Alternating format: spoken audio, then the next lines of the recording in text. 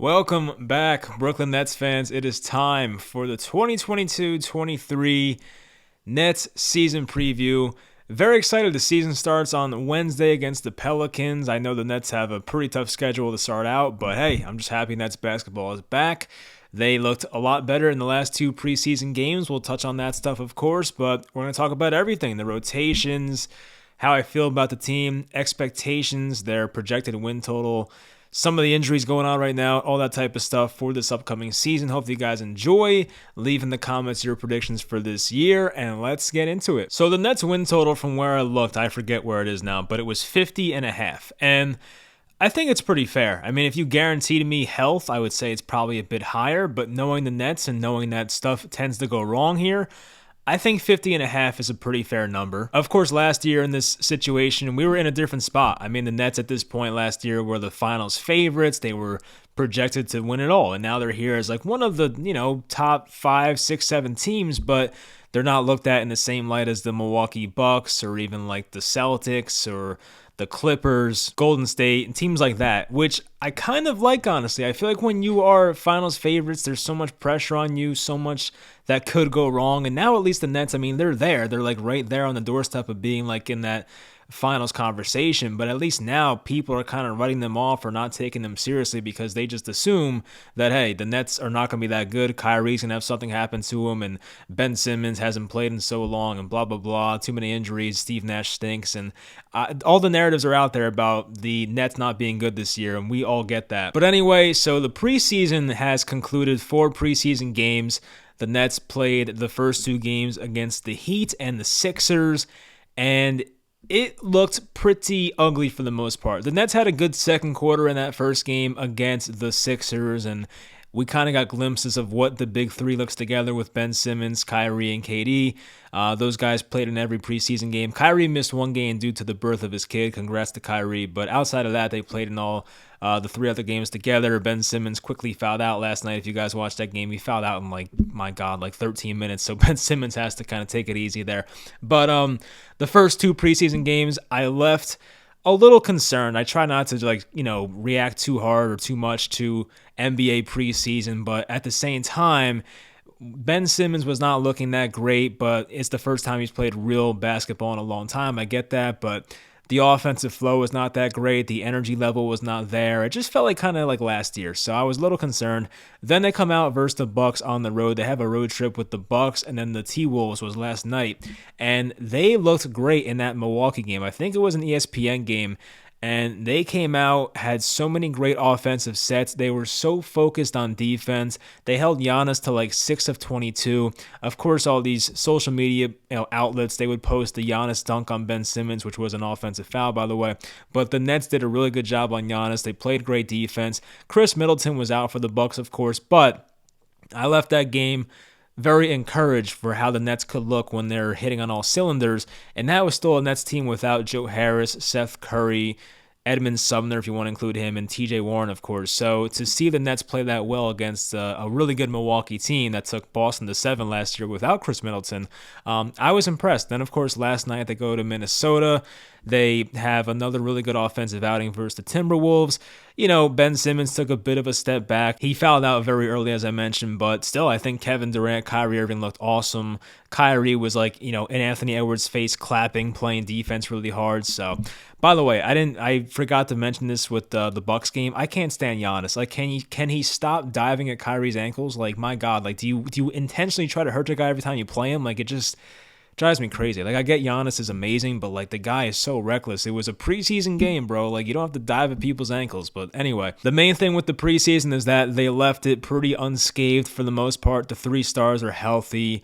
I know Joe Harris got kind of re-injured during that time. We'll talk about that in a second here. But like the big 3 is still intact for opening night. That's great news. And now we can touch on the injuries real quick. So Seth Curry, ankle injury, of course. He has not been yet cleared for 5-on-5. I guess there's a slight chance he plays opening night on Wednesday, but I'm not really expecting that. I'm kind of expecting it to be like maybe a couple more weeks. I mean, there's no point in rushing him back. Seth Curry might have a pretty decent sized role on this team this year, so I would not rush him back. Joe Harris, this is the frustrating one, the concerning one. Joe Harris had this foot soreness come up like last week, and I think Joe played in the first preseason game, looked very rusty, had an air ball. His second air ball might have been blocked, I don't know, but he was looking very rusty. So Joe Harris didn't play the rest of the preseason, but it came out that Joe Harris had this foot soreness. It was concerning, but Steve Nash said he's optimistic about Joe Harris playing opening night. It was kind of like precautionary, so it's like, okay, I want to believe you, but the Nets have been pretty misleading with injuries in the past, and especially Joe Harris's injury last year, how he got the surgery, he was supposed to come back, he never did, had to get a second surgery. So you're hoping that Joe Harris is there for opening night. TJ Warren, I think I mentioned this last time because I did a Nets reaction right after media day, and I think this news was out already, but I'll just touch on it again, that TJ Warren with his foot injury is going to be out till November, the earliest. They're going to reevaluate him, see where he's at. I'm not expecting TJ back until like December. Like, I really don't think they're going to rush him back whatsoever. I think with TJ Warren, there's more of like a big picture type thing here, and knowing that he can be like a pivotal player off the bench for the playoff run, hopefully. So I don't think they're going to rush TJ Warren back anytime soon. Edmund Sumner, hip injury, seems day to day. And Sumner was kind of like the backup point guard in times where Ben Simmons was not out there. I mean, we saw some Sumner at backup point guard. He's like a 6'4", 6'5" guy, but Sumner's not really like a natural point guard. So, I mean, we'll touch on that later. But, yeah, I mean, I think he'll have a role on this team. He kind of had like those Karis LeVert vibes, you know what I mean? Like, it's funny because I watched Sumner play when the Nets signed him. I pulled up his highlights, and I'm like, whoa, this guy plays just like Karis LeVert. He had like a sidestep dribble into a shot, and his jump shot form looked just like Karis LeVert. And then I saw a bunch of people on Nets Twitter say, oh, that he's playing a lot like Karis LeVert. And I was like, oh, it's nice to know that I'm not alone on that take because he actually looks like Karis LeVert in a way. So that's it for the injuries. I mean, you see the depth chart here on the screen. If you're listening to the podcast, of course, I can read it out for you guys real quickly, but the way ESPN has the depth chart is that the first unit's going to be Kyrie Irving, Joe Harris, which is a wait and see. Like I think Joe Harris versus Royce O'Neal for the starting job is like a legitimate debate. We'll touch on that in a second. Kevin Durant, Ben Simmons, Nick Claxton. Second unit is listed as Patty Mills, Seth Curry, Royce O'Neal, TJ Warren when he's healthy, and then Day'Ron Sharpe. You have guys like Cam Thomas out there. Markieff Morris will make an impact this year, it seems like. But a guy they don't have is Yuta Watanabe, who actually has had a very impressive preseason. He has size, has length, and it's a good lefty shooter, which I like, and he's actually looked pretty good so far. Watanabe just seems like one of those guys that the Nets really could have used last year, a guy who's like 6'8", 6'9", gives you defensive effort. He can put the ball on the floor when he needs to, but can be a pretty good catch and shoot guy. I mean, he had like a down shooting year last year for the Raptors, but the year prior to that, he was a pretty good shooter, so hopefully he gets that back. But Utah's a guy I like. I mean, he might be one of those guys who is like the ninth guy in the rotation or whatever, so we'll see if he gets out there. I'm sure he'll play pretty early in the season. Maybe as guys come back like TJ Warren, as I mentioned, maybe Utah starts to see less playing time, but of course TJ Warren might not be here for a while. So I think Yuta Watanabe is going to have a shot to solidify a role on this team. Now for Joe Harris versus Royce O'Neal, that is kind of a debate here because we've seen Royce O'Neal be the starter for this team in the 3 games Joe Harris was out, and like, they just bring different elements to the team. It's pretty much, do you want better shooting or do you want a guy who is better at everything else? And with the Nets starting lineup having Nick Claxton and Ben Simmons, you can argue that the gravity that Joe Harris brings when he's on the floor and the concerns opponents have about him shooting 3-pointers, that might be worth it right there because of the spacing on the floor, because Joe Harris is a better 3-point shooter than Royce O'Neal. But what Royce O'Neal does better than Joe Harris is pretty much everything else. He can put the ball on the floor better. He passes the ball better, makes better, plays better defense, obviously. He can guard 1 through 5, Royce O'Neal. I don't have that same confidence in Joe Harris as an all-around player, although I do love Joe. But I think you can make the argument that Royce O'Neal might be a better fit. But that's definitely an interesting one. I don't know where the Nets are going to go with that. Opening night, I think we'll find out, especially if Joe Harris is in fact active like Steve Nash is saying right now. But with Joe Harris as well, he might take a little bit of time to get into the rhythm of things because he missed like 70%, 75% of last season. As I said, he looked rusty in the preseason game that he played in, and he's dealing with this foot soreness now. So maybe Royce O'Neal is in fact the starter opening night. It wouldn't shock me. I don't really have a preference. You know what I mean? Like, I think, as I said, both guys bring different things to the table. And I think Joe Harris's three-point shooting is so valuable to the spacing of this team with two non-shooters in Ben and Nick Claxton that it might be worth it. But you also look at Royce O'Neal's game, and you can see how he makes them a better defensive team and just adds an extra playmaker, guy that can put the ball on the floor. But also, last night versus the Timberwolves, we saw that Royce O'Neal had a couple of wide open corner threes. I think he missed 3 of them, actually. And Joe Harris is at least making one of those. So, like, you can make the argument that, okay, maybe Joe Harris is the better option for the starting lineup. I don't know what they're going to do. Joe Harris is the longest tenure net. Maybe they just give him the nod because of, he's been here for a while and he's been here since Steve Nash has been here. I wrote down Utah Watanabe versus Kessler Edwards. I don't think it's much of a debate anymore. I think Kessler Edwards has kind of disappointed us so far. I was hoping that over the offseason he would just become a better dribbler, more confident player. I have not seen it so far, so I think Kessler's kind of out of the rotation right now. If it were up to me, I would just send him down to the G League and just let him play more because I feel like he just needs more reps. But I think Watanabe definitely has him beat out. Markieff Morris versus Day'Ron Sharpe at the 5. That's kind of a concern for this team as the backup 5. Is Day'Ron Sharpe ready? Day'Ron's a young guy. He's like 20, 21 years old. So Day'Ron Sharpe versus Markieff Morris. Markieff, I mean, I've been impressed in preseason so far, and he also brings a different attitude, which I love. He doesn't back down from anybody. But Markieff Morris is a bit of a smaller guy. Like, when I think of Markieff Morris, I think like, oh, he's a small forward. So Markieff is listed as 6'9", 245, and then Day'Ron Sharpe is also 6'9", but he's 265. So Day'Ron has 20 pounds on him according to ESPN here. And when I think of Day'Ron Sharpe, I think of him as a natural center. You would like your center to be 6'11", 7 foot, but you don't see many of those these days anyway. So putting Markieff Morris at center, you are like losing a bit of like girth, I guess you can say. And I do think that Day'Ron is probably a better rebounder, but Markieff Morris brings different things to the table. Markieff Morris at least has a respectable three-point shot. Markieff Morris can, have some nice offensive plays in the post. He can size guys up and then like shoot a 15-footer. We've seen some of those in preseason so far. And as I mentioned, he brings a different attitude. And Markieff Morris has played in plenty of big games. He has been around for a long time now. So my guess is that to start the regular season, we're going to see more of Markieff Morris at the backup center role when Claxton comes out. I think Day'Ron's had a pretty impressive preseason for the most part. Like, he's done a really good job at finishing at the rim, catching those pick and roll bounce passes from guys like Simmons and Kyrie, finishing at the rim. So I think Day'Ron's been all right with that. He made his free throws last night too, which was good to see. So I think Day'Ron's not a guy, I don't want to give up on him. And as I'm looking now, he is only 20 years old. So I don't want to give up on him, but you also have to keep in mind that like this team's going to compete. This Nets team is not going to tank for victor like some teams will this year. This Nets team is going to be all in right now. So I don't know how many minutes Day'Ron Sharpe will get. I'm sure he'll play in some mop-up duties when games are like kind of out of hand, or in the fourth quarter when games are out of hand. But I do think the Nets' main center rotation will be a mixture of Nick Claxton. Sometimes you'll throw Ben Simmons there when you need to, and then sometimes you're going to throw Markieff Morris there. So I don't know how much room there is for Day'Ron Sharpe to get consistent minutes with this Nets team. This is an interesting one. Patty Mills versus Cam Thomas. I almost said Cam Newton, but no, Cam Thomas. So Cam Thomas has had some decent moments in preseason, but moments where you could tell his IQ has to get a bit better. Like there's just too many times where Cam Thomas is just not understanding what the offense needs from him at that point, and sometimes the defensive rotations are not good enough and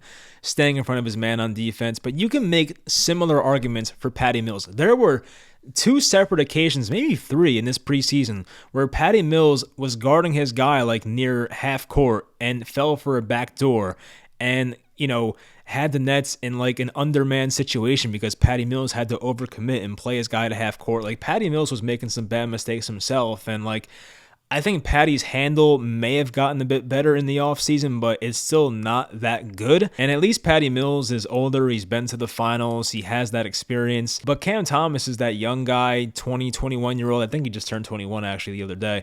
So happy birthday, Cam. But he has a lot more upside than Patty Mills does. Like, if you tell me you want a guy to get you a bucket one-on-one, I am picking Cam Thomas, every single day over Patty Mills. But if you ask me, you need a guy to make a big three-point shot in the clutch, I'm going to pick Patty Mills over Cam Thomas right now. So it's different things. I'm hoping that Cam Thomas gets to play at some point, but once again, this Nets team is not a team in the position to really have time to care about the development of their guys that are 19, 20, 21 years old. I think the Nets are just in a win now mode, and they don't have time to worry about the development of Cam Thomas and Day'Ron Sharpe. That stuff is on the back burner. They don't care about that right now. There may come a point in December, January, during that slow part, the dog days of the NBA season, where you see those guys play a bit more. Maybe guys are held out due to injury, or maybe, Kyrie has a night off or something like that. Ben Simmons has a night off and you can play those guys more. But I just think they will not get consistent minutes. And I think guys like Cam Thomas and guys like Day'Ron Sharpe, they would benefit playing more, obviously, but I just don't know how many minutes they can get on this team. So I think with Steve Nash and Patty Mills' relationship, I think Patty Mills will play over Cam Thomas to start the year, but I don't know how long that will last for. I think Patty Mills has kind of been a negative so far. His defense has been atrocious, and if he's not making his three-point shots, he's not really useful for this team. So I don't know what's going to happen there. I'm still amazed that Patty Mills got a contract extension that pays him more money, but I guess it is what it is at this point. Now, backup point guard is going to be interesting. You have Ben Simmons, the main ball handler. We've seen Kyrie be the ball handler in the times where Ben Simmons gets off the floor. And by the way, the way Steve Nash has played the rotation so far is that, of course, the big three starts the game out. Ben Simmons, Kyrie, KD, they start the game together. But Ben Simmons has been the first guy to the bench out of that group. They'll bench Ben Simmons first and keep Kyrie and KD on the floor, and then they'll put Ben Simmons back in the game to play with the second unit. So it seems like, for majority of the time, Kyrie and mostly Ben Simmons will be the ball handlers, point guards for this team. But my question is that when Seth Curry comes back, do they put Seth Curry as a more of a point guard? Because I think Seth Curry last year did prove he's a better playmaker than we give him credit for. Now, if Ben Simmons is on the floor with Seth Curry, Ben Simmons is going to be the point guard. If Kyrie's on the floor with Seth Curry, then maybe Seth Curry plays more point guard there. But for the most part, it's going to be Ben, it's going to be Kyrie. But I do think Seth Curry has a shot because he did look pretty good as the point guard for this team last year, during that horrible stretch back in late February when, KD was still out and Kyrie was, dealing with the mandates and Harden just left. So let's look at some of the weaknesses of this Nets team. What can hold them back this year? First one I have is backup point guard. This is in no particular order, but backup point guard. I mentioned it, Ben, Kyrie, your main point guards, but they also played Edmund Sumner at point guard in the preseason, and you just don't want to see that. As I mentioned, he's not a natural point guard, so that would be a bit of a weird fit right there for the Nets backup point guard spot. Backup center, is Day'Ron Sharpe good enough? Is it Markieff Morris, who's a bit undersized? How do the Nets want to go at backup center? Of course, every Nets fan in the world is going to bring up the name Miles Turner at some point this year, especially if Joe Harris continues to get hurt. But for right now, at least on the roster, it's Day'Ron Sharpe or it's Markieff Morris. I think Markieff Morris gets the first shot at it, but you also look at that spot and think, hey, the Nets could use an upgrade at the backup center spot, so maybe a trade happens at some point in the season. We'll see. Another main concern is the health and how do they face adversity. Of course, this Nets team has so many guys coming off injuries. Of course, Kevin Durant the past couple of years has dealt with injuries. Kind of a freak injury last year with the MCL sprain, but even the year before that, it was the hamstring issue. I know that was kind of the health and safety protocols kind of mess with that as well, but Kevin Durant has to be on the floor. Kyrie Irving has an injury history. He's been healthier the past couple years, I feel like. Of course, the ankle turn in the Bucks series was kind of a freak accident, but outside of that, Kyrie, since his shoulder injury in his first year in Brooklyn, has not really been that injury prone, thank God. So hopefully that keeps up. Ben Simmons, of course, back surgery, hasn't played, in a regular season game in a long time. You have Joe Harris with the new foot soreness, Seth Curry with his injuries with the ankle, TJ Warren with the injuries. There's just so many injury concerns on this team. Even Nick Claxton has not played over 45 games in a season so far in his career. So there's injury concerns everywhere with this team. And how do they face adversity? You had your best player, Kevin Durant, basically demand a trade this offseason. And I do think looking back on it, that might be a good thing because it really woke people up in this organization. But, how do the Nets face adversity when these injuries happen, when they lose 3-4 games in a row? How do they respond? Like, who steps up? Who's going to be the vocal leader? I know that there are some leaders on this team, guys like, Patty Mills, who I guess, I don't know, like Patty Mills, I feel like his leadership might be kind of phony sometimes in the same way that Russell Wilson is. Like, it just seems like he's trying too hard. You know what I mean? Like, I don't really know if Patty Mills is like a genuine leader, but I don't know. He's definitely a positive vibes type guy. But I look at guys like Royce O'Neal, guys like Markieff Morris. Those guys are more like authentic, I guess is the best way to put it. So those guys can be leaders as well and try to just work through the adversity when it strikes. And then you have Steve Nash. I mean, Steve Nash last year was not very good. The Nets brought in some new coaches. Igor Kokoskov has been more of like the offensive guy so far this year, and the Nets have looked better. They're running a lot more like complex offensive sets as compared to last year. A lot of screens this year, some dribble handoffs with Ben Simmons to Kevin Durant, which I liked. So there is more ball movement, more off-ball screens, more guys moving without the basketball. The offense looks better from like a schematical standpoint, but I don't know. Steve Nash, as we know from last year, was not that great of a coach. I know that there was a lot of adversity last year. The Nets season last year, they faced more adversity in one season than some teams will face in 5. So, it was a tough year for Steve Nash overall, but Nash just looked outmatched many times as a coach last season. Now, the good for this Brooklyn Nets team, as I mentioned, Kyrie Irving looks locked in, playing very hard on defense. He just has a different attitude this year. He's not like, he just wants to play to do the talking. He is not running his mouth. He wants to play to do the talking. He has shown that so far. Nick Claxton looks bigger. He looks better. So I think Nick Claxton can definitely have a big year. A lot of dunks, a lot of blocks. Hopefully he can be that starting center that stays healthy for 60, 65 or more games. Seems like Ben Simmons got his swagger back, especially in that Bucks game. He had like that arrogance to him that we saw back in Philly. He would kind of like grin and just kind of had like that vibe that he was the best player on the floor. Like I don't know if that's necessarily true when you're on the same floor with guys like Giannis and Kevin Durant and Kyrie, but at least Ben Simmons had that same arrogance that he had back with the Sixers. So we saw that show up in the preseason. And like overall, there's just a different vibe with this team. They just seem so focused. They just want to improve from what happened last year and just prove people wrong. And this Nets team has a lot to prove. We know that. Last year did not go the way that they expected it to go. It was very disappointing based on the Kyrie absence and Harden leaving and Ben Simmons never playing and eventually getting swept by the Celtics. This team has a lot to prove. Kyrie had that quote saying he never felt that embarrassed leaving a game after leaving game 4 versus the Celtics. I mean, guys, even Kevin Durant, his first 3 games in the Boston series were terrible. He has a lot to prove. And Ben Simmons, I mean, my God, that guy gets crapped on by the media more than anybody. So Ben Simmons has a lot to prove in his own right. So some of the main guys on this team have a lot to prove. Joe Harris has to prove he's still that same guy, still one of the best 3-point shooters in the league when he comes back healthy, hopefully. So my expectation for this team this year is, if they're healthy and let's say Ben, Kyrie, and Kevin Durant each play over 60 games, which, I hope that happens. If that happens, they can be like a team in the mid-50s when it comes to wins. They can be somewhere from 54 to 56 wins maybe if those guys stay healthy throughout the season. Now, if they are a team that's often injured and guys are in and out of the lineup and they can't really grow their chemistry like we saw the past couple years, then this team might be somewhere in the high 40s when it comes to wins or even mid-40s. Like we saw it last year. They got by because Kevin Durant just carried them to so many wins. But I don't know. This team has more depth this year, which is nice. I think they can survive more injuries if it happens this year. But still, if you're missing guys like Durant for a long stretch or even Kyrie for a full stretch or Ben Simmons for a long stretch, this team's not going to be as good as we want it to be. So they could be somewhere from the high 40s to the mid 50s, depending on how healthy they are. As I've said in the offseason, I still think Milwaukee, Boston, they're better than us right now.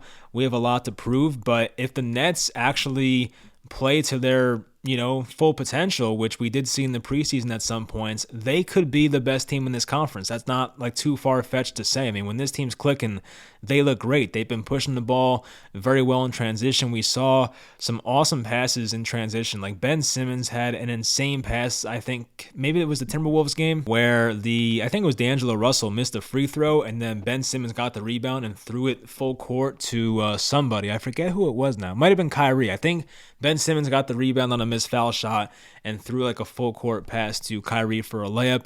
We also saw Kyrie have a great outlet pass to Nick Claxton for a dunk in the early third quarter against who the hell was that? I think that was the Heat game on the second preseason game. So like the Nets have been much better with pushing the pace. I know with James Harden last year, we didn't see a lot of that. James Harden liked to dribble the ball up the floor slowly and kind of get into his sets and sometimes waste a lot of time on the shot clock, which I was not a fan of. But this Nets team is a lot more of like run and gun this year, which is going to be fun to watch. And even that led to some Kevin Durant threes where he was trailing and like just got wide open looks. Like guys were getting good looks in transition. Even Kyrie Irving trailing the play, getting an open look from three. Those are high percentage plays and high percentage shots. So I like when the Nets push the ball in transition. And with the shooters they have trailing the play, it's going to be pretty deadly. So hopefully they keep doing that. They can push the pace with even Nick Claxton. He's a center that can move. So that's going to help out a lot. So before we close things out, we do have a couple of questions here, actually 3 of them. So thanks to those who asked the questions. First one, will they have enough to make a run to the finals? Can Irving and Durant actually coexist? Does Ben Simmons' game actually work in today's modern game? I have my opinions about this, but I would like to hear your opinions. So my answer is yes. If things do break right for this team, I think they have the talent to make a finals run. Of course, things have to go right. These stars have to stay healthy. Def guys like Joe Harris, they have to at least stay kind of healthy this year as compared to last year. And as I mentioned, maybe this team makes a couple of trades. Maybe they just pick up a guy who was, waived or something like Goran Dragic and Blake Griffin, LaMarcus Aldridge the past couple of years. Maybe something like that happens. Now, for Durant and Kyrie, can they coexist? I actually didn't bring this up, but I wanted to. So last year, it felt like so much was asked of Kevin Durant and Kyrie Irving when the final month or two of the season when Kyrie's mandate thing was lifted. It just seemed like for the Nets to have a chance to win those games that Kyrie or KD or both had to just go off to win those games. Now it feels like there's a lot less pressure on those guys. Of course, they're going to get the most shots on the team. We know that. But it just feels like now with Ben Simmons just being like the guy who orchestrates the offense, there is so much less pressure on those guys. And Kyrie Irving was like the main point guard last year towards the end of the season and the playoffs. Now you have Ben Simmons that can just find open guys. So it's not as heavily reliant on Kevin Durant and Kyrie Irving, which I think is great. Now for Ben Simmons, I mean, look, if Simmons didn't play great defense, I would not like his role as much on this team. But what Ben Simmons brings this team as compared to James Harden is just balance. I mean, with James Harden, the Nets' goal every night was to go out there and win every game 142 to 135. Like it was that kind of mindset. But with Ben Simmons, they are such a better defensive team. Picking up Royce O'Neal helps, and Nick Claxton still being here helps, like guys like that. But Ben Simmons, as compared to James Harden on the defensive end, is just a night and day difference. And we saw Ben Simmons go toe-to-toe with Giannis against him. We saw Ben Simmons guard Karl Anthony Towns. He did get in foul trouble, but he looked okay at some points as well. So Ben Simmons can guard the opponent's best player. James Harden was not going to do that. So I love having Ben because he makes the Nets more of a balanced team. And the Nets have a chance to be a top 10 offense and a top 10 defense. With Harden here, not to take shots at Harden, they're different players, but with Harden, the Nets had historically the best offense of all time when those guys played together. But without Harden and now having Simmons, they can have a top 10 defense and a top 10 offense. So if there's an off shooting night, their defense can keep them in games. If they have a crappy defensive night, there's still enough offense for this team to win. So I think they're just a more well-balanced team. I like that for the playoffs. And I do like their depth a lot more than what they had last year. Even guys like Utah Watanabe, that's going to help. Having guys like Seth Curry as not one of your top 5 players like he was last year, that's going to help as well. Having Joe Harris back, that's going to help. I know the Nets got swept by Boston last year. It sucked, but they were without Ben Simmons, without Joe Harris. I mean, this Nets team was not nearly as good as what they are right now. And the Nets obviously have the talent to beat any team at any given night, and they have some great players. I think Kyrie's going to have a fantastic year. Kevin Durant, we know what he does. And for Ben Simmons, I mean, look, this team is not going to ask that much of him. I think it's a more relaxed atmosphere for Ben as compared to Philly, where he was like the second best player. Now he's the Nets' third best player. He can focus on defense more, and it's just a better fit for everybody. So yeah, I think if things break right, this Nets team can compete for the finals. I know there's teams like Milwaukee, Boston, maybe even Philly, Miami that you're scared of, but like the Nets, I think, can beat any of those teams in a 7-game series if they're healthy. Next question from Kendrick. This is a good one. Do you see the Nicholas Claxton and Ben Simmons duo working, or will we eventually move on and get a big that can shoot alongside Simmons? So yeah, it is a great question. We've seen moments where it can work. And what I love about Claxton and Simmons is not offensively, but defensively, because we even saw, like, throughout Nick Claxton's career, he can guard a 1 through 5. Ben Simmons can guard a 1 through 5. So the switchability with those guys is awesome. If, like, an opponent runs a pick and roll and Ben Simmons is guarding the point guard, I mean, it doesn't even make a difference. Ben Simmons can pick up the guy setting the screen, and then Nick Claxton can pick up the guard on the outside. It doesn't matter. So those guys playing together defensively is amazing. I love having that. Offensively, that's the question, but I think it can work. I mean, we saw a play where there was a dump-off pass to Ben Simmons near the foul line. He threw a lob to Nick Claxton for a dunk. I think there is enough spacing on the floor, especially if Joe Harris is in the starting lineup. They're going to have Joe Harris, Kyrie Irving, and Kevin Durant, 3 guys that are absolute snipers. And I know having Nick Claxton and Ben Simmons kind of takes some space away, but Nick Claxton mainly is going to be in that dunker spot under the basket and probably playing some of the baseline as well. But Ben Simmons is mostly going to be the guy with the ball in his hands trying to set up an open shooter. So you have 3 shooters. You have Nick Claxton, possibly for lobs and getting offensive rebounds. I think it can work. Would it be more ideal, of course, if Nick Claxton can stretch the floor and shoot threes? Absolutely. But I do think despite Simmons and Claxton not being jump shot type threats, I do think this can work because of how great Joe Harris is at shooting and Kevin Durant, Kyrie Irving. Maybe it's not as good with Royce O'Neal, but I do think these guys are still talented enough where it can work. It's not going to look ugly. So, as I said, maybe their offense won't be as dominant as when they had like Harden and Kyrie, KD, Jeff Green, and Blake Griffin when he was making threes. Like, it's not going to be that great, but their offense will still be good regardless, so I'm not that worried about it right now. Danny Gonzalez, do you see any role for Cam Thomas this season? And if not, considering we have another mediocre season at the trade deadline, would you pull the trigger on young star Cam Thomas and trade him for Miles Turner? Personally, I don't see nothing special in Cam. He's expendable in my opinion. As I alluded to before, the Nets are not in a position to wait around for guys' development. I mean, Cam Thomas is a, freshly 21-year-old guy who is going to start the year behind Patty Mills most likely. If Patty Mills is a disaster this year and Seth Curry continues to have ankle issues, then maybe Cam Thomas is not so expendable. But right now, at least assuming Curry will be fine, he is pretty expendable. And if you can get Miles Turner, like if the Nets can flip a trade where it's like Joe Harris, Cam Thomas, and like one of their future picks for Miles Turner, assuming Miles Turner's healthy himself, maybe that's enough to get it done. But I do think any of these guys, the young guys, whether it's Day'Ron, Cam, they can be flipped for a more proven veteran player like a Miles Turner or somebody else. Like I do think if the Nets do feel at the trade deadline they are one piece away, I mean they're gonna flip one of these guys. They're not gonna wait around for the development of Cam Thomas. I know Durant likes Cam, I get that, but like Miles Turner, I think, would be worth it if he's healthy. So to start the year, I don't know if Cam has much of a role, but as I said, if Patty Mills is a liability defensively, which could be the case, and he's not making his shots, which could be the case, then yeah, Cam Thomas may get some more run here, and Seth Curry's health depends on that as well. But yeah, as I said, I think it's a possibility for sure. And I think if you're a team like the Pacers, I mean, you're not playing for much this year. You look at Cam Thomas as a 21-year-old that can put the ball in the basket at a very high level. You're going to have a few years to develop him in the NBA.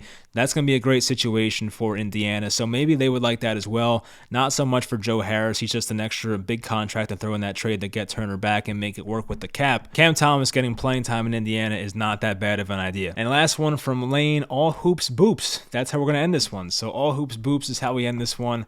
Longer video, but I appreciate the questions. It was nice to read some of those, and they were good questions for sure. Look, man, I mean, I don't know what else to say. I mean, this Nets Nets team doesn't have the expectations they had last year. I'm not going into this year expecting a championship. I'm not. I think maybe my opinion might change if they come out and play very well. I know they have a very tough schedule to start the year. Like even their first 5 games, New Orleans, Toronto, Memphis, Milwaukee, Dallas. I mean, that's not easy. If you can get out of there at 3-2, that's probably ideal. So, we'll find out what happens with this team, but I'm just praying that they stay healthy. I just want to see how it looks when they're all out there. If they lose because of talent, it is what it is, but if they lose again because of being injured for the 3rd year in a row, that's going to be pretty crappy, so hopefully that's not the case. But anyway, hope you guys enjoyed the video. Once again, leave in the comments your expectations for this year. Leave a 5-star review on the podcast, all that good stuff. Like the video. And I will talk to you guys either after opening night versus the Pelicans, or if not, probably after that second game versus Toronto. So I'll talk to you guys soon, and thanks for watching.